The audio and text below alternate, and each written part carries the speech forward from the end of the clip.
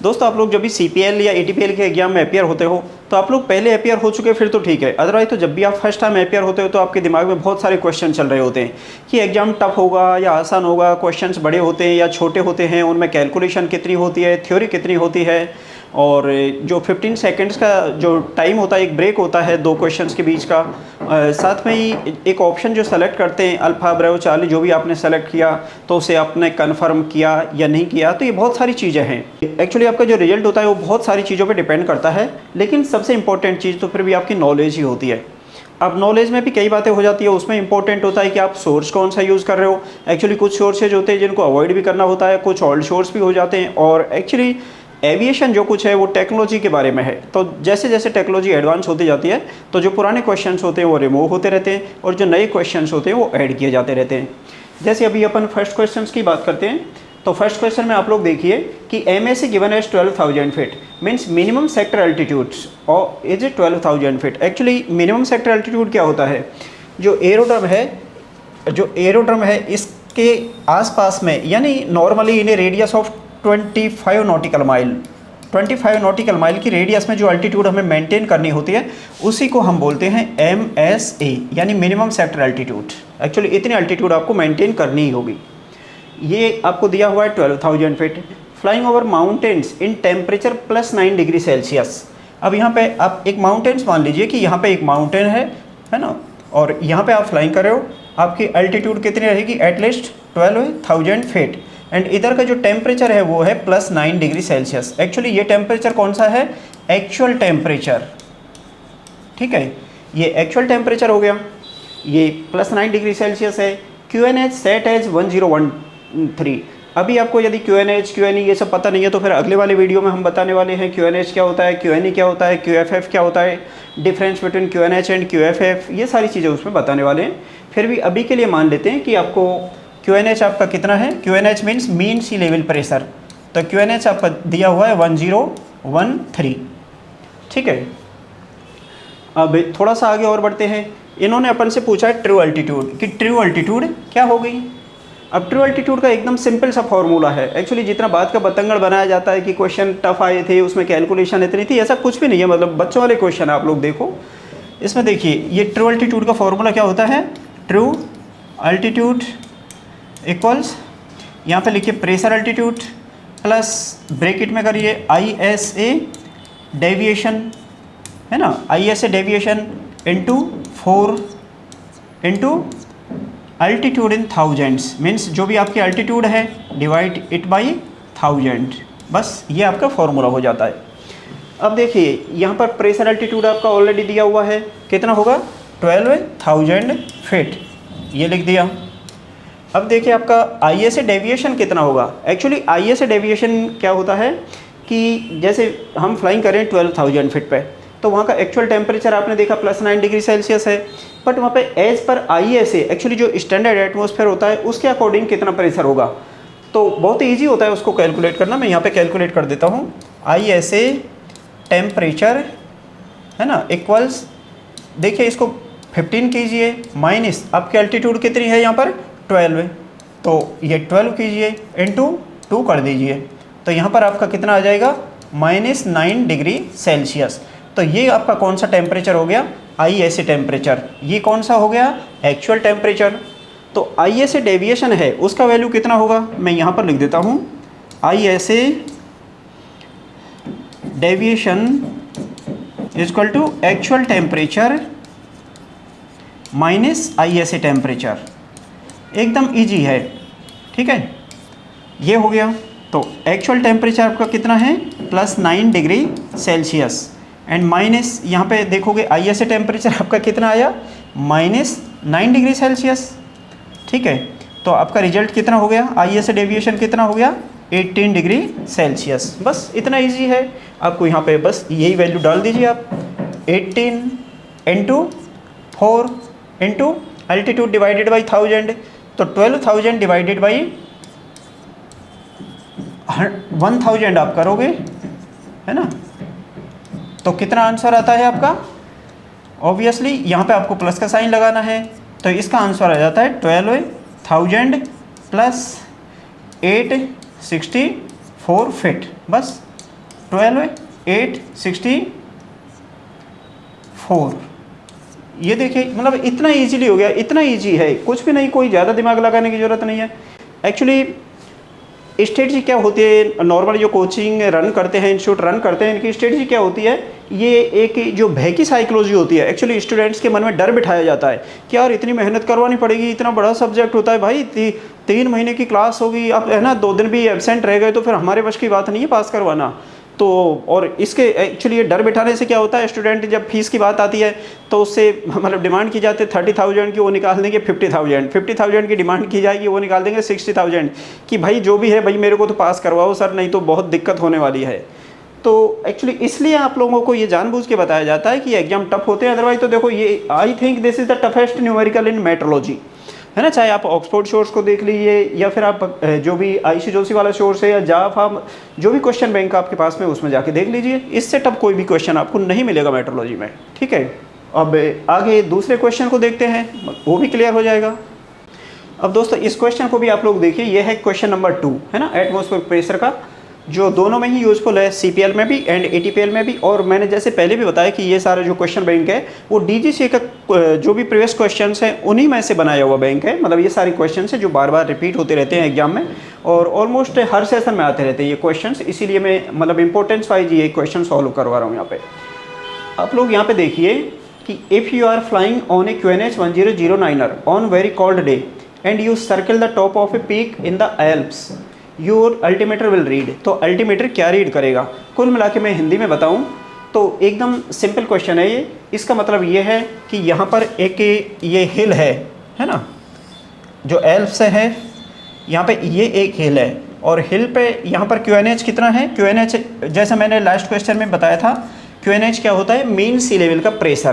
तो मीन सी level pressure यहाँ पे कितना है, 1009, ठीक है। इसको मिलीबार भी आप लोग लिख सकते हो या फिर हेक्टापास्कल भी आप लोग लिख सकते हो, ये दोनों यूनिट एक्सेप्टेबल है, ठीक है। और ये डे कैसा है, बहुत ही कोल्ड डे है, तो यहाँ पे आप लोग कोल्ड लिख लीजिए। एक्चुअली जो मेरे स्टूडेंट हैं जिनको मैंने ऑलरेडी थ्योरी बताई हुई है उन्हें तो पता है कि कोल्ड एंड वार्म का यहाँ पे क्या मतलब होगा, लेकिन आप लोग यहाँ पे कोल्ड लिख लीजिए, इसका भी मैं मीनिंग बताने वाला हूँ थोड़ी देर में, ठीक है। तो आपकी अल्टीमीटर रीड क्या करेगा, तो इस तरह के जो भी क्वेश्चन हैं उनको कैसे किया जाता है कि देखिए आप यहाँ पे सपोज़ कि आपकी जो अल्टीट्यूड है, ये जो हिल टॉप है, एक्चुअली टॉप है, इसको मान लेते हैं कि ये 10,000 फीट की हाइट है इसकी, ठीक है। कितनी हाइट है, 10,000 फीट। तो आपका एयरक्राफ्ट एग्जैक्टली 10,000 पे फ्लाइंग कर रहा है, तो 10,000 फीट क्या हो गई आपकी ट्रू अल्टीट्यूड, यानी एक्चुअल अल्टीट्यूड आपकी कितनी है, ये हो गई 10,000 फीट, ठीक है। लेकिन अपन इस दिन की बात करते हैं, इस टाइम की बात करते हैं, तो ये टाइम कैसा है, कोल्ड है, आज का दिन बहुत ही ठंडा है। तो जब भी ठंडा दिन होता है तो जो एयर मॉलिक्यूल्स होते हैं एक्चुअली ये हैवी होते हैं, जब कोल्ड होंगे, ठंडे होंगे तो हैवी होंगे, तो ये क्या होंगे, नीचे बैठेंगे, सिंक करेंगे, ठीक है। तो अर्थ सरफेस पे तो प्रेशर हाई होगा, है ना, अर्थ सरफेस पे प्रेशर हाई होगा, लेकिन ऊपर क्या होगा, प्रेशर लो प्रेशर होगा, लो प्रेशर क्रिएट हो जाएगा, क्योंकि ऊपर का जो सारा शिफ्ट प्रेशर है वो शिफ्ट हो रहा है कहाँ पे, नीचे अर्थ सरफेस पे। तो ये है इस कोल्ड का मतलब कि कोल्ड का इंडिकेशन, इसका मीनिंग ये है कि यहाँ पे एयरक्राफ्ट जहाँ पे 10,000 फीट पे फ्लाइंग कर रहा है उसको प्रेशर कितना मिलेगा, लो प्रेशर मिलेगा। लो प्रेशर मिलेगा तो क्या होगा, ये आप अल्टीमीटर बनाइए एक, है ना। आप लोगों ने जैसे पहले पढ़ लिया तो बेस्ट है, लेकिन नहीं भी पढ़ा हो तो कोई बात नहीं, आप ये अल्टीमीटर बनाइए। और अल्टीमीटर में ये आपका कैप्सूल हो गया, ठीक है, ये एक कैप्सूल हो गया, इसको बोलते हैं एनेरॉइड कैप्सूल, ठीक है।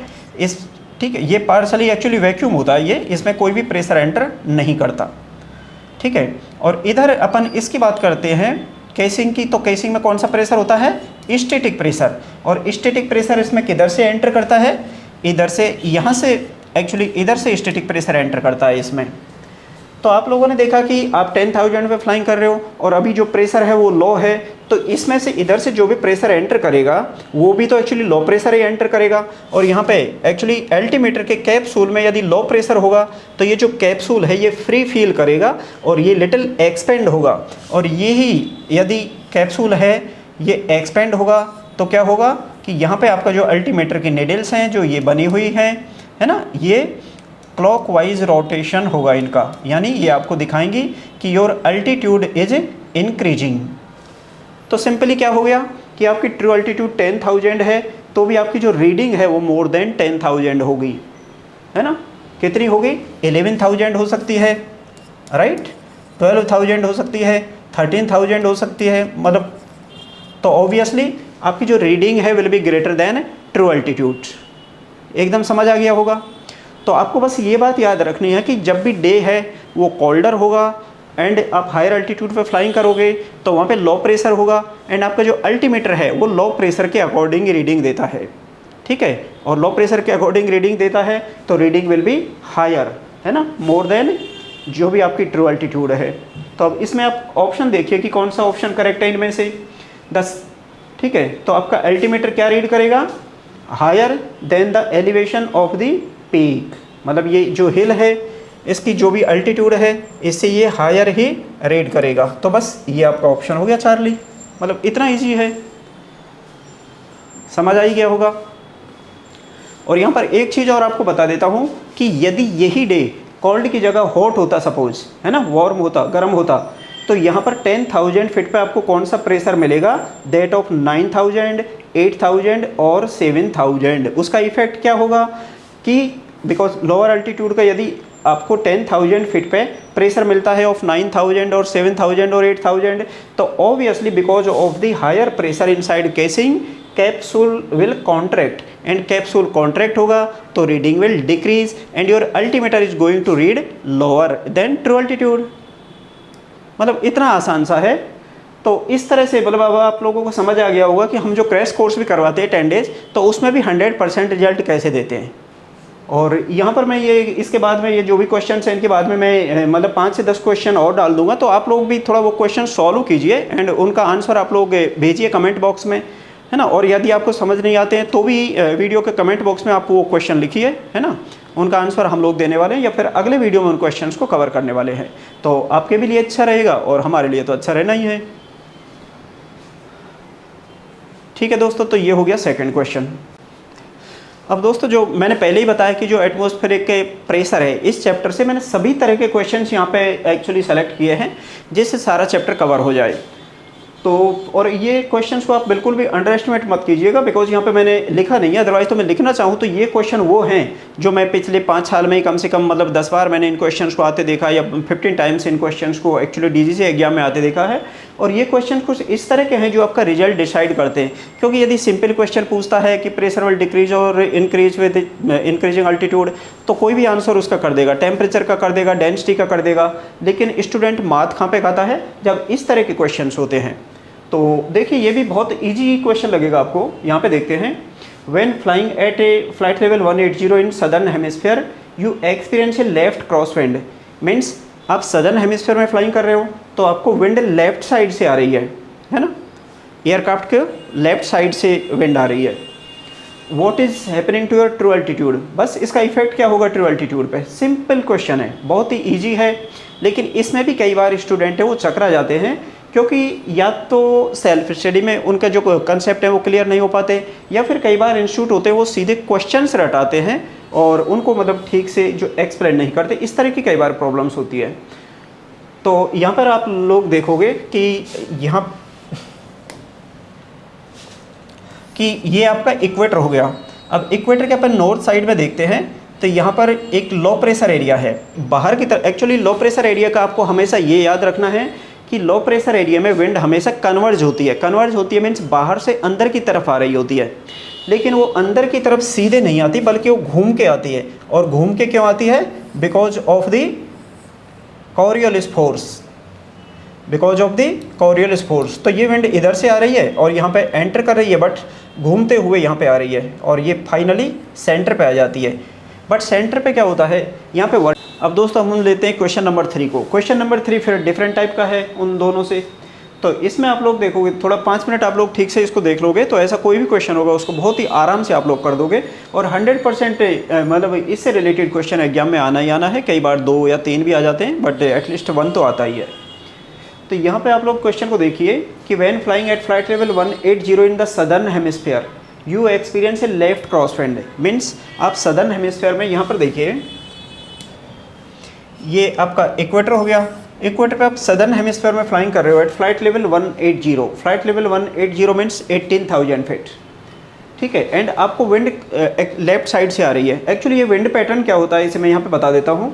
जैसे ये एक लो प्रेशर एरिया हो गया इन नदर्न हेमिस्फीयर, तो एक्चुअली जो भी लो प्रेशर एरिया होता है, मैंने पहले भी बताया या दूसरे आप वीडियो देखोगे हमारे यूट्यूब चैनल पर, तो उसमें आपको ये सारे एक्चुअली ये टॉपिक ऑलरेडी कवर किए हुए हैं। उसमें वहाँ पर भी आप देखोगे कि जो विंड है ऑलवेज लो प्रेशर एरिया में कन्वर्ज होती है। कन्वर्ज होती है मीन्स वो बाहर से अंदर की तरफ आती है, तो वो हमेशा ट्राई तो एक्चुअली सीधे अंदर आने की करती है, but because Coriolis force active हो जाता है and because of the Coriolis force से विंड किधर डाइवर्ट होता है, राइट साइड में नदर्न हेमिस्फीयर। तो विंड का एक्चुअली जो एक्चुअल पैटर्न है वो किस तरह का बन जाता है, ये देखिए विंड का पैटर्न इस तरह का बन जाता है। एक्चुअली ऐसे गोल गोल घूमते घूमते घूमते घूमते ये सेंटर पे आती है, ये सेंटर पे आती है। और इधर अपन हाई प्रेशर की बात करते हैं, तो हाई प्रेशर से ऑलवेज जो विंड होती है वो बाहर की तरफ जाती है, और नदर्न हेमिस्फीयर में जो हाई प्रेशर एरिया के अराउंड जो विंड पैटर्न होता है वो क्लॉकवाइज होता है। क्लॉकवाइज होता है मीन्स यहाँ पे अब देखिए, मतलब इस तरह से चलते चलते ये देखो ये दोनों पैटर्न, यहाँ पर ये क्लॉकवाइज का आप चिन्ह बना दीजिए, ये चिन्ह आपने बना दिया। अभी ये लो pressure area and high pressure area है, इसका पैटर्न आप यहाँ पे बना दीजिए सदर्न हेमिस्फीयर का। तो यहाँ पे जो लो प्रेशर एरिया होता है उसके अराउंड पैटर्न एक्चुअली रिवर्स होता है, उल्टा होता है, बिकॉज जो कोरियोलिस फोर्स है वो विंड को डाइवर्ट करता है टू लेफ्ट साइड। तो इसमें ये लो प्रेशर एरिया हो गया, ये हाई प्रेशर एरिया हो गया। इनिशियली अपन हाई प्रेशर एरिया का एक्सपेरिमेंट करके देखते हैं। हाई प्रेशर एरिया के अराउंड एक्चुअली नॉर्थ में क्लॉकवाइज रोटेशन होता है विंड का, तो यहाँ पे कैसा होगा, एंटी क्लॉकवाइज कुछ इस तरह से होता है, और इस है ना, ये वाला हो गया। तो यहाँ पर आप लोग देखोगे कि ये एंटी क्लॉकवाइज पैटर्न हो गया। अब इसी में सपोज कि कोई एयरक्राफ्ट है वो इधर से आ रहा है ना, यहाँ पे आ रहा है, तो उसको विंड ऑब्वियसली किधर से लगेगी, लेफ्ट से। उसको किधर से एक्सपीरियंस होगी, लेफ्ट साइड से। या एयरक्राफ्ट इधर से भी आ रहा है सपोज, है ना, coming out of low pressure area and entering in high pressure area, तो उस कंडीशन में विंड किधर से आ रही है, लेफ्ट साइड से, सिंपल। तो जब भी इस तरह का कोई भी क्वेश्चन हो जिसमें बताया जाए कि यू आर एक्सपीरियंसिंग, है ना, left cross wind in southern hemisphere, तो इसका मतलब क्या हुआ कि you are entering in high pressure area, and high pressure means high temperature, and high temperature means high true altitude. ये चीज़ आपको याद रखनी है। क्या याद रखना है, high pressure means high temperature and high temperature means high true altitude. इन तीनों को इस तरह से कोरिलेट करना है। तो क्लियर हो ही गया कि इसका मतलब है कि आप हाई प्रेशर एरिया में एंटर कर रहे हो, तो इसमें आंसर कौन सा हो जाएगा, यहाँ पे देखिए, what is happening to your true altitude, है ना। तो obviously true altitude is increasing because you are entering in high pressure area. बस। तो कुल मिलाकर मैं आप लोगों को ये बताना चाह रहा हूँ कि जब भी आप नदर्न हेमिस्फीयर में एक्चुअली आपको लेफ्ट से विंड मिल रही है, तो इसका मतलब है कि you are entering in low pressure area. तो ये दोस्तों कुछ क्वेश्चन हो गए, और अभी आज के वीडियो में ज़्यादा क्वेश्चन रखेंगे तो वीडियो थोड़ा लेंथी हो जाएगा। तो पहले आप इस सेम पैटर्न के मैं यहाँ पर कुछ 8 से 10 क्वेश्चन शेयर कर रहा हूँ, मतलब इनको सॉल्व कीजिए, इनका आंसर कमेंट बॉक्स में डालिए, और किसी तरह कोई दिक्कत हो तो आप लोग कमेंट बॉक्स में शेयर कर सकते हैं, या फिर मेरे नंबर पर भी मैसेज भेज सकते हैं 8743826737। मैं यहाँ पर वीडियो में भी अपने नंबर डाल देता हूँ।